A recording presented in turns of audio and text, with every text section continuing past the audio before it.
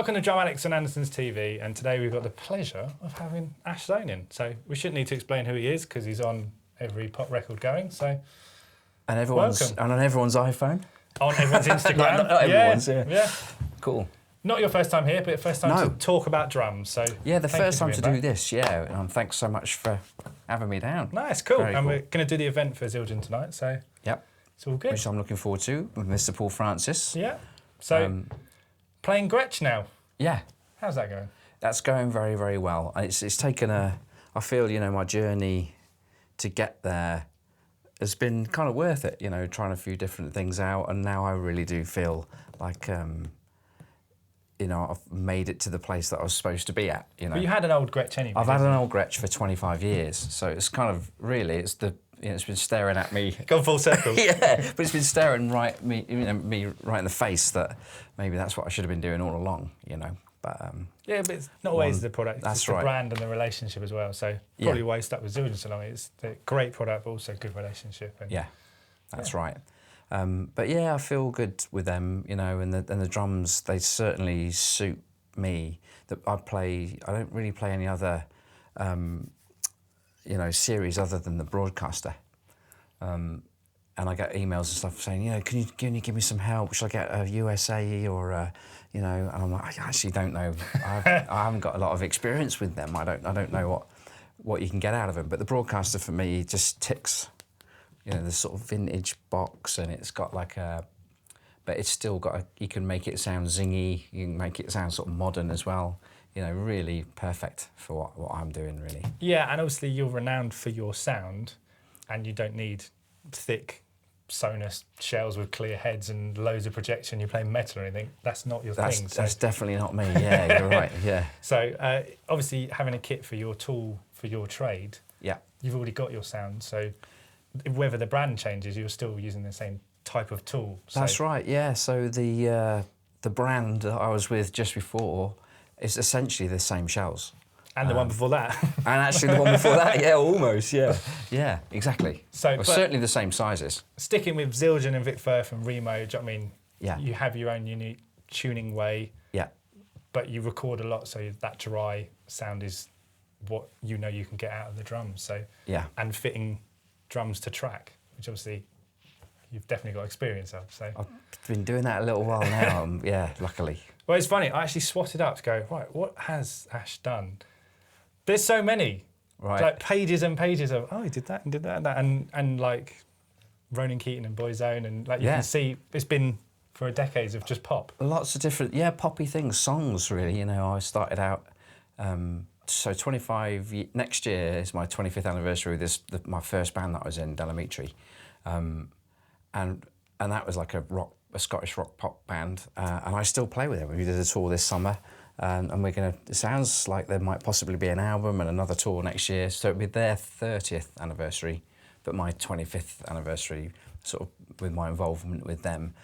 So that was the start of it really for me, back in '94. And then I never really ventured very far from like pop and rock bands, and nearly always a singer. And now I play on The Voice, so it's definitely a singer. It's like that's all it's about. And over the years, I've been very fortunate that I like jazz and I like all different styles of music, and I've been very lucky to get involved with a couple of different people along the way, and like Jeff Lorber, for instance. I've known Jeff, I think that's about 15 years, I think it is now, and I get to play with him every now and again. To sort of.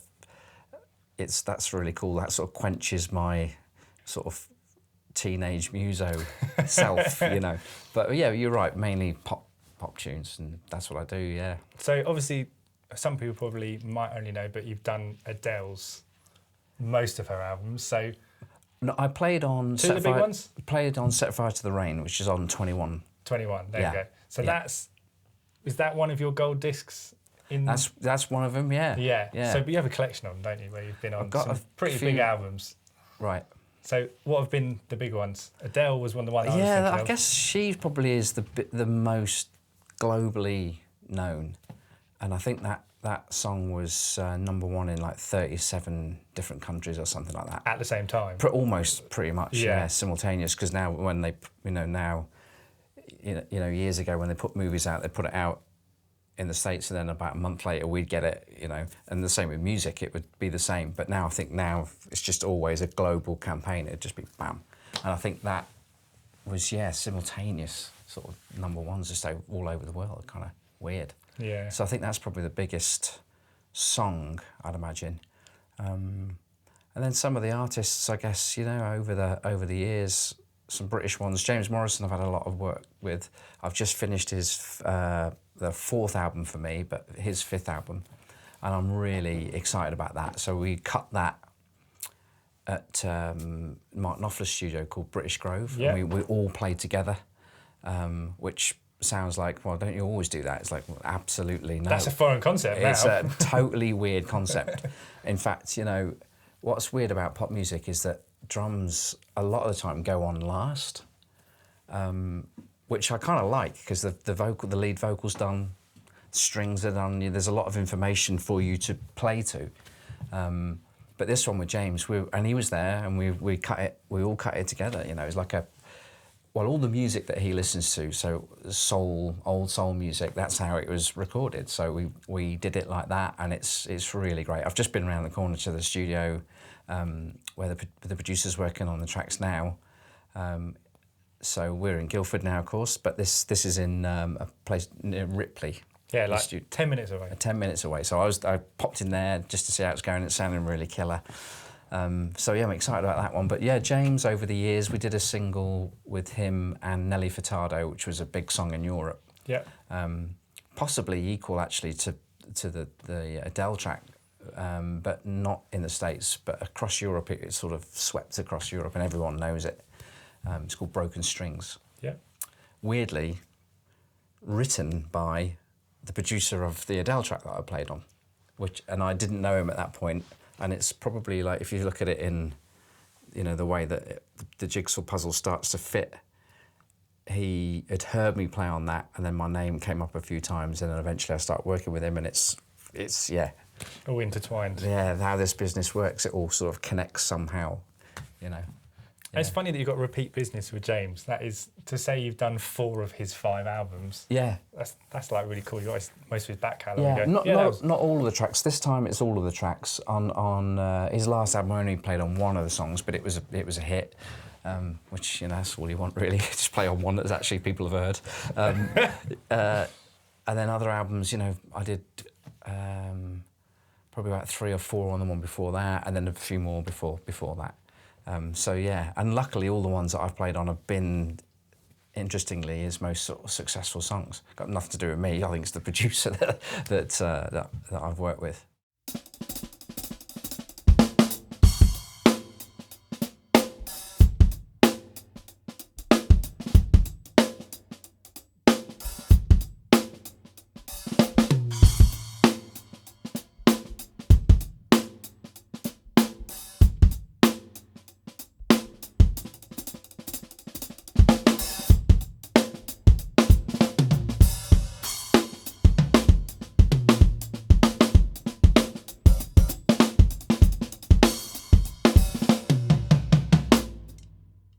So if you could pick one of your songs, which one, even if it's from an obscure, weird artist, which one would you pick? Say, either on that day I was on my A form, or I just enjoyed working with those people. Could you pick one track? Or maybe one album? I don't know. There's a couple of albums that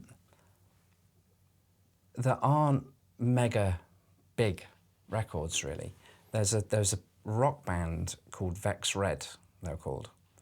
And they were signed to Virgin, and I did their album, I think it was sort of early 2000s, and it didn't do particularly well. In that Virgin moved from Los Angeles to New York, which is as a whole, the record company moved at the time that they put their album out. So and Virgin Records then said, if you want to, you can either take redundancy or you can move to New York. And of course, nearly everyone would say, well, I'm not leaving Los Angeles, this is where I live.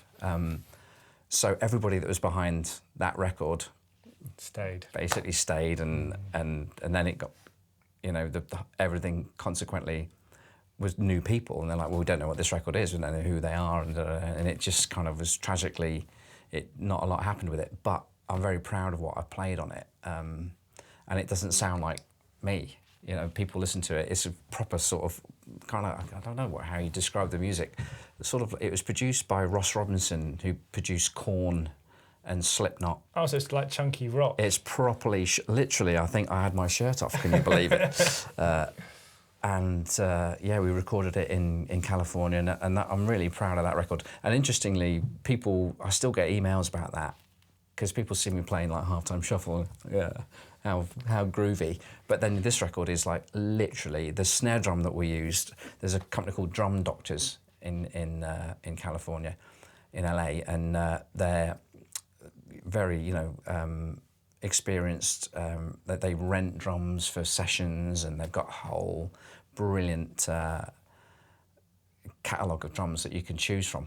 And the producer just got some drums for me. It happened to be a Gretsch kit, funnily enough.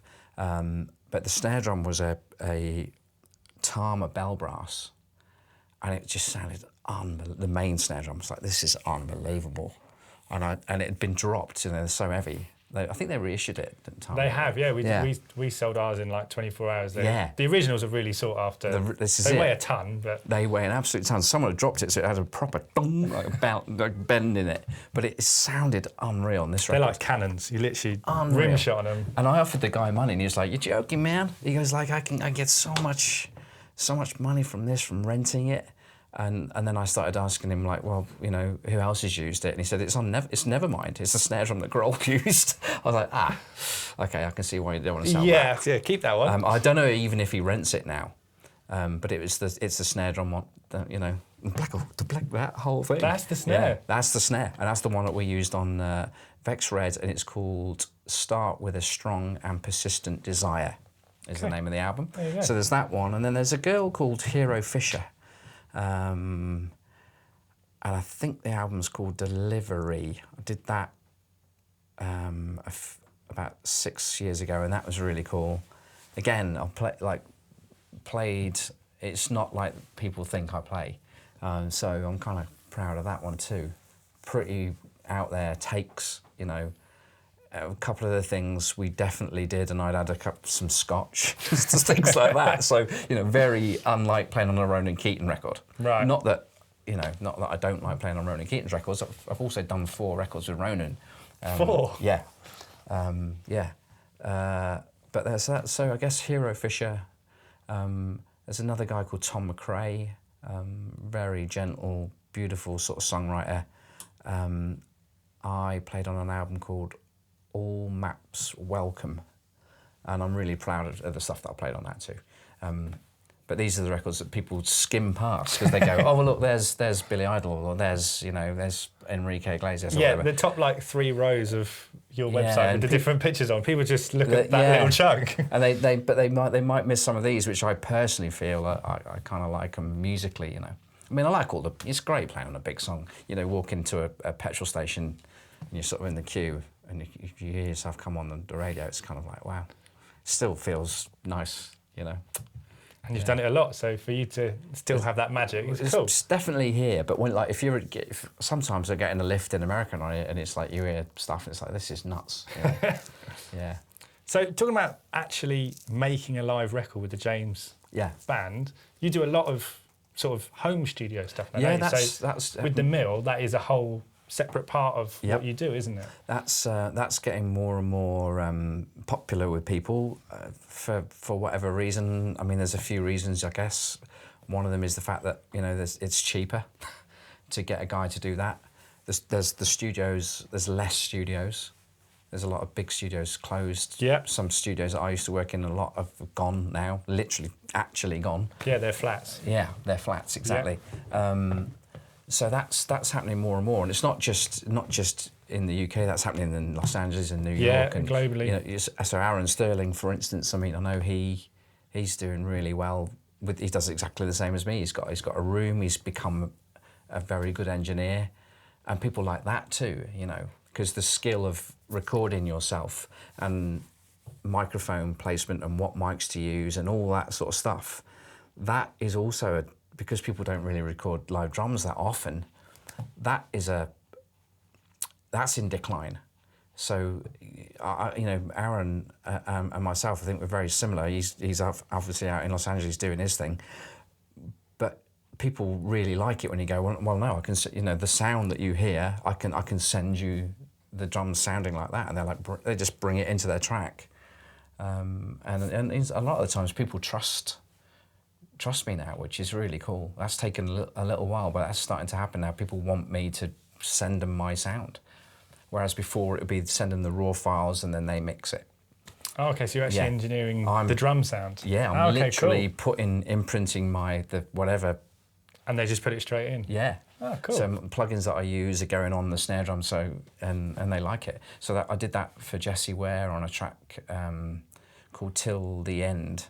That was on a movie, You Before Me, I think it was in that movie. And the producer said, we want this drum sound. And I said, okay, do you want me to send you the raw files? He said, oh no, if you could get as close as you can. So that's my engineering on that properly, and my playing. So that's getting more and more, and I've just done Cher's new album, did all the drums for that from my place, which is weird. Well, it's great. You commute in your pyjamas, you walk down and get a cup of tea, walk across the field, watch out for the molehills, and the producer's he was in Malibu at the time, at our house doing vocals, and then he's chatting to me FaceTime or text or whatever. And we did them when he woke up, sort of 5 o'clock in the afternoon. I'd go in there and we'd start a little bit of a conversation. I'd do some stuff, send it out as an MP3. If he liked it, I'd then send him the files. The whole remote thing is quite common now, isn't it? Even with Skype and broadband or whatever, completely different countries. It's not that unusual. Drums is the hardest, obviously, because you need a good room, and then you've got at least 7 to 10 to 12 or more channels. Yeah, mics and channels. And then you've got to figure out that. Whereas if you're a bass player, it's kind of cool, or a guitar player, it's amazing. I mean, the remote thing for musicians like that is properly opening up, and you get some killer sounds. It's a little bit harder for drums, I'm happy to say.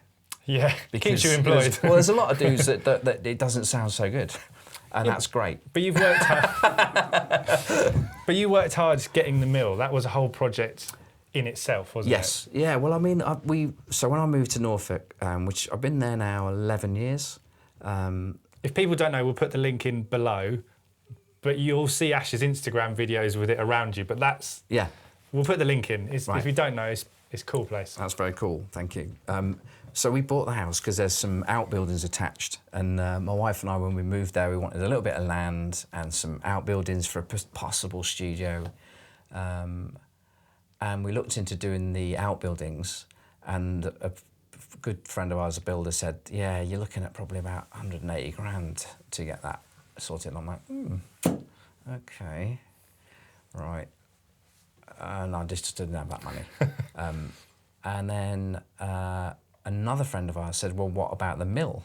So our house is 2 little cottages knocked together, and nearly 200 years ago, mill workers lived in there, and there was a wooden post mill in our field.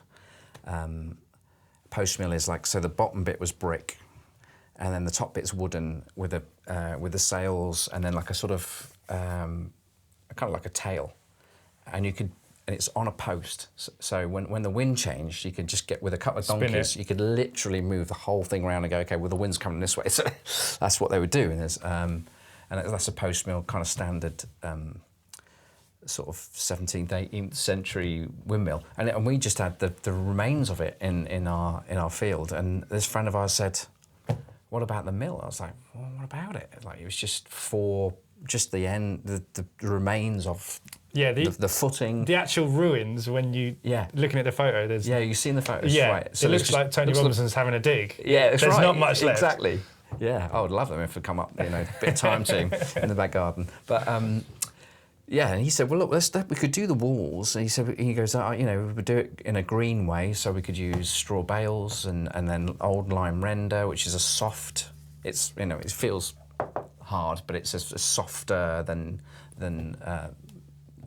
plaster and concrete. Well, it's like the sort of Watling Door Very from old the Tudor times, sort isn't it? of like Watling Door, but a little bit more advanced than that. But essentially the same thing, lime render, and then of course, just by absolute pure luck, of course the walls are about this thick, and just fantastic insulation, sound insulation, for outside and inside, and it just absorbs all the bottom end, and it's not reflective really. There's no opposite walls or anything like that, because it's round. So by sheer luck, it sounds pretty cool in there, Yeah, I'm very fortunate. Basically, my wife just wanted me to get all the drums and all my shit Out of the house. Out of the house. Get all of your crap out of the house. So that's what it really was built That's for. where the mill come from. Yeah, and then I thought, well, maybe if I buy some mics and blah blah blah, or maybe it might sound all right in here. And then here we are. So Here you are, you've done loads of hit records in it. Well, funny enough, the producer that I've just been with down the road, I said to him, like, what do I do? How do I get this thing off the ground, this remote thing? And he said, mate, I'm sorry, there's only one way. And I said, what is that? He said, you've got to have a hit. No one cares, unless you've actually got some sort of success. And thankfully, it's been good. We've had some hit albums, and we've done some stuff with Seal, and like this Share thing's quite a big deal. And I played on something a couple of years ago for Lorne Balfe and Hans Zimmer, and at the time, I'm pretty sure Lorne said to me it's a Volvo advert. But anyway, it turns out to be the Hans's. It was the World Cup thing that they played before every Hans Zimmer's. That's not a Volvo advert. That got lost in Exactly translation. I know. And I guess I don't know. Maybe they knew all along it was going to be for the FIFA. I suppose if you just play it down and go, oh, it's the FIFA World Cup. Yeah. So that's cool. We did that. And there's lots of things now. Some hits, Grammy nominated. I did an album there with an Italian artist called Laura Pausini. That was #1 in Italy and Spain, and then it was nominated for a Latin pop Grammy. All in like 4 or 5 years. So I'm really happy. The place is doing really well.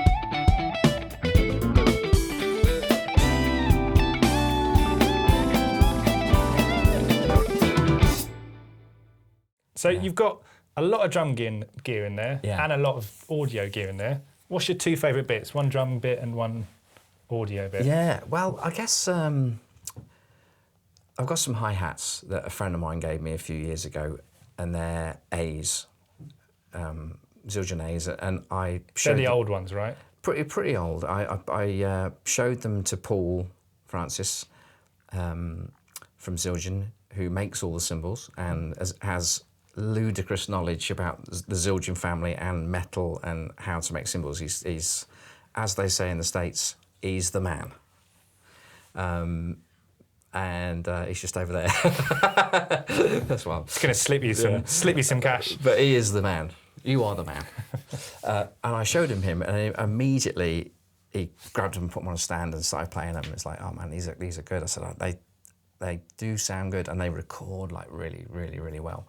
And he said, I think they're 1968 or 1969. He's like very specific. I'm like, how? July, right? Exactly. July, yeah.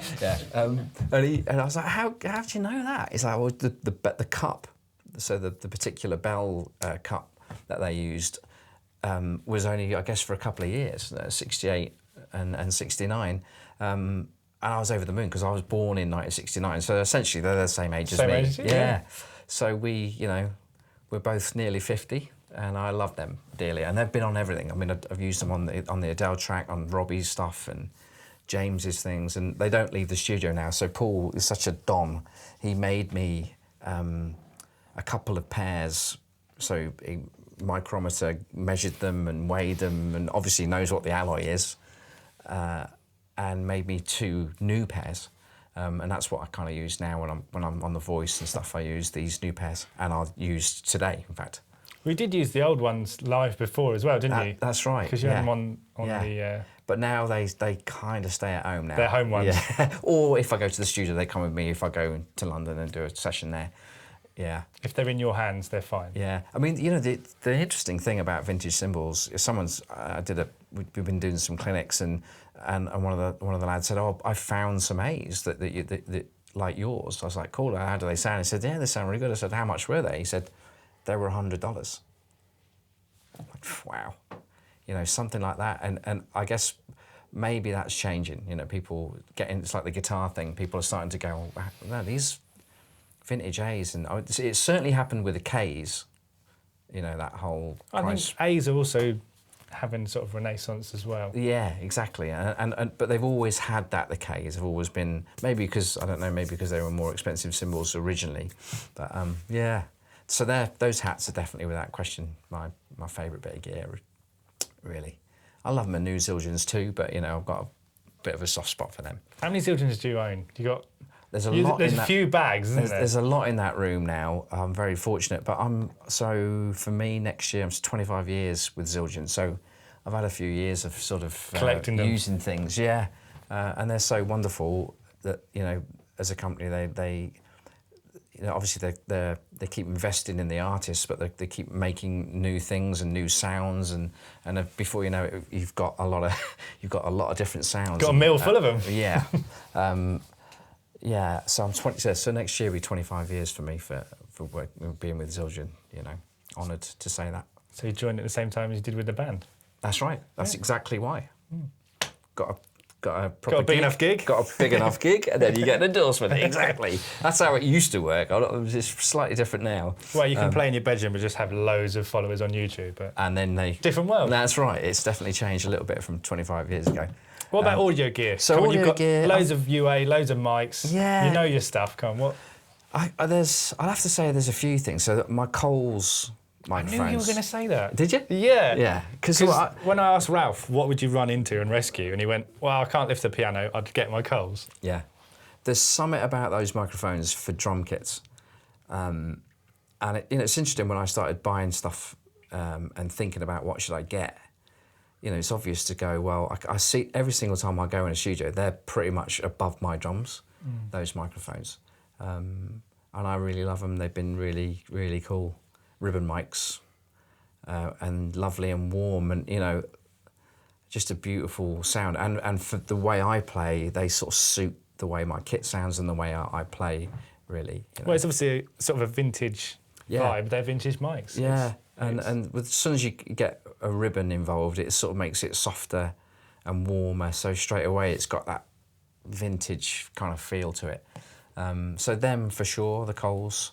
And you're right, the UAD, you know, the UA gear, the Apollo is the best interface by far, I think. Just so cool, and the plugins and everything that come with it. And the UA plugins is just awesome. So I love that, and I do like my. I've got 500 series lunchbox, some pre's, and those you know, analog pre's. They're on the majority of my kit really. So I've got some APIs and some Neves. And that's so the bass drum, snare, hats, overheads are going through that, and then everything else is through Audient actually.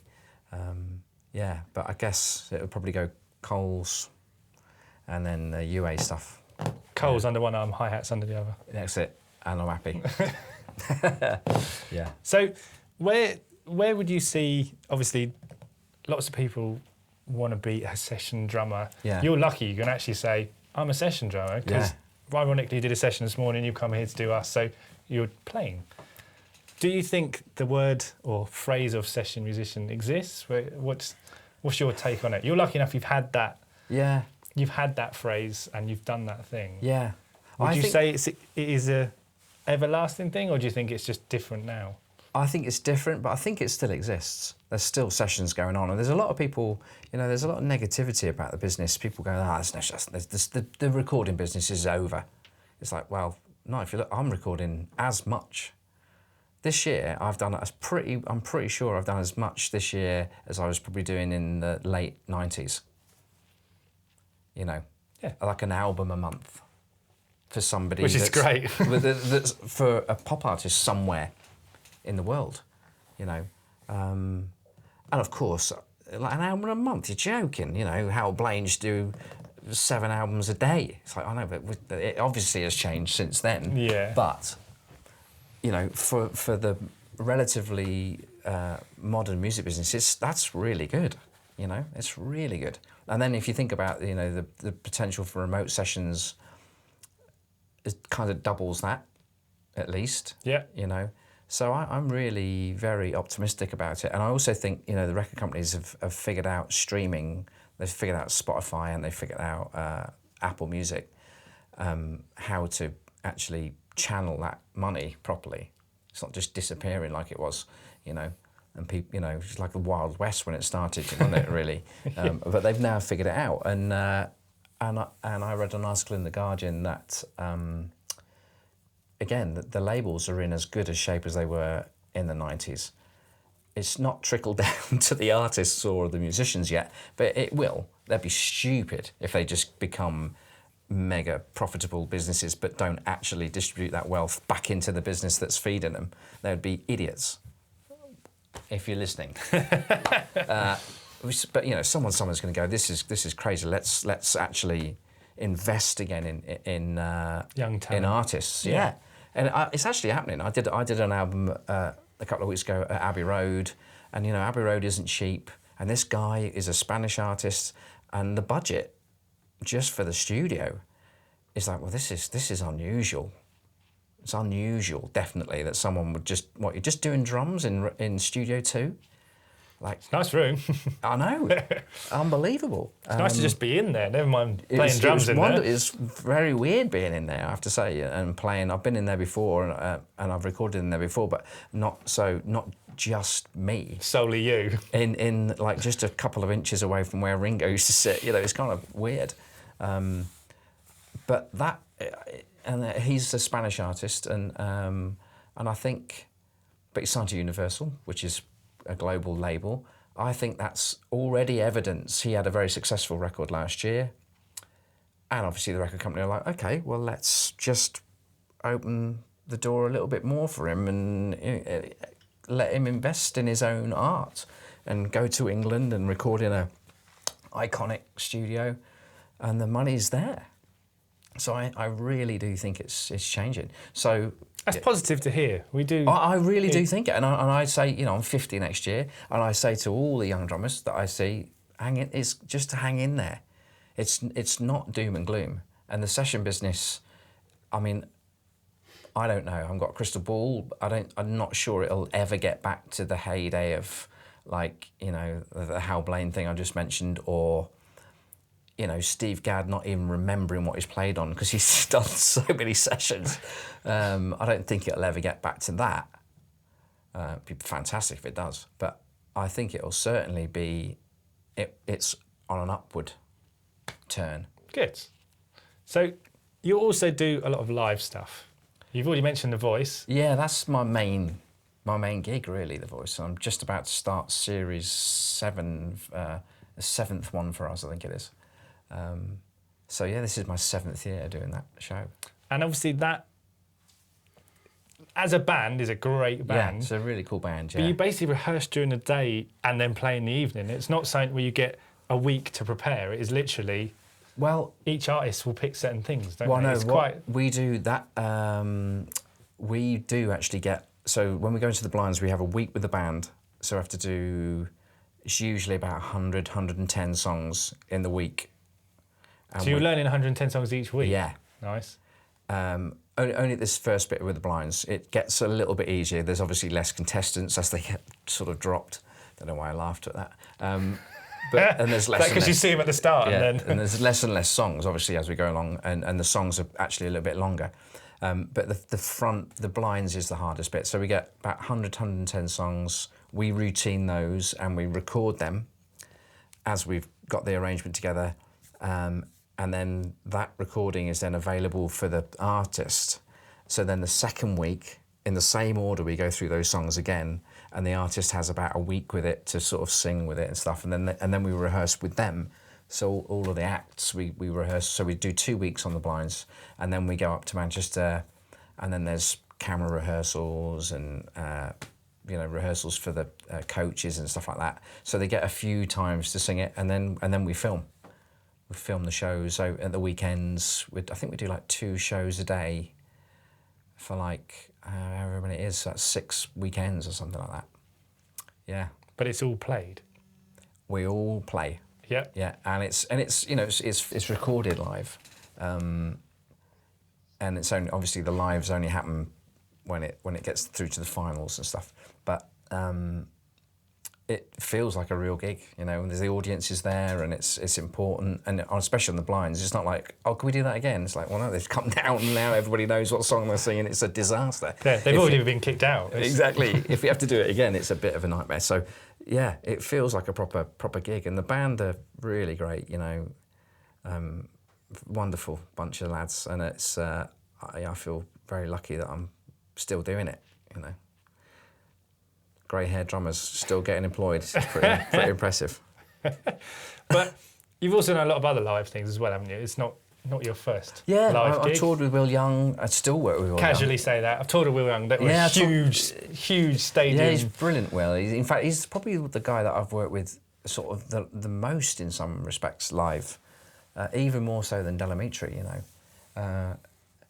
Over the years, and I still work with him now on and off. Don't do the main tour. We do he does a lovely sort of broken down, sort of acoustic, jazzy kind of band, and I do that every now and again, which is really, really brilliant. We did some recording for that a couple of years ago. So yeah, Will, and obviously Delamitri I toured with, Natasha Bedingfield I toured with, Marianne Faithfull.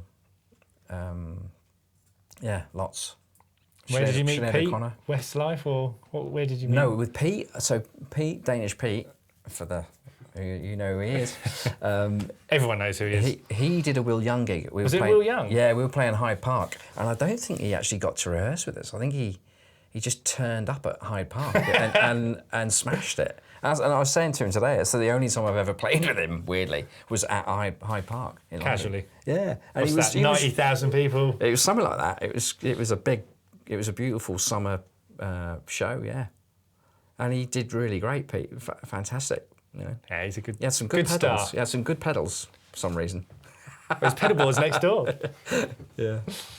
So, Let's sum up. Would you say live or would you say studio is your favourite? Always studio for me. Always studio? Yeah. And your own studio, because you just Yeah, walk down the garden.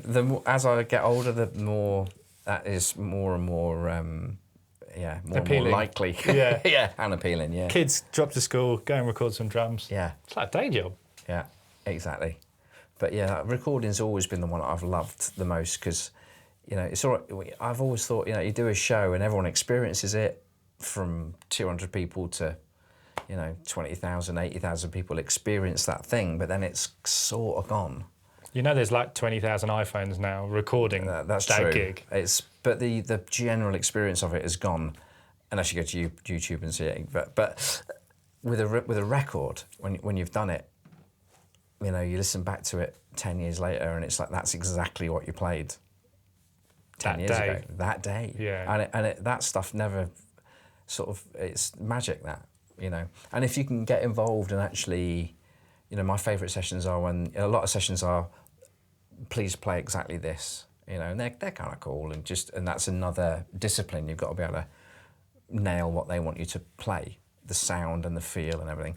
But my favourite ones are when they go, what do you think? And then it's like, great. Well, now we can start getting creative and think about sounds and actually offer something to the record. Music. Yeah. And if it's, it might be a really cool part, and then you hear it on the radio and go, oh, I came up with that drum groove that everyone's sort of air drumming to. Everyone's copying. Yeah, or whatever. It's interesting.